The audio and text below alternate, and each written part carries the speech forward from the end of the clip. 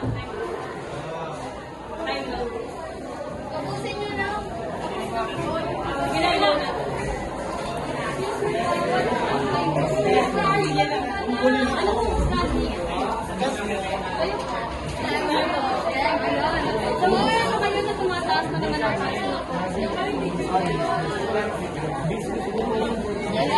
Bilang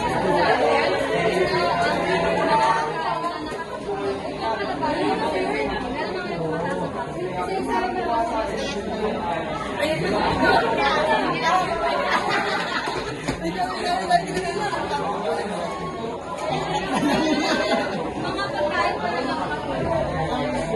tama pagkain. For me po yung mga pagkain that contains nutrients, resources, vitamins, and minerals with vibrant proteins po talaga po.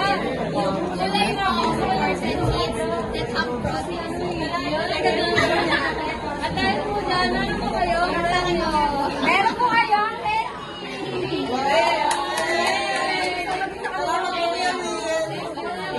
Thank you po.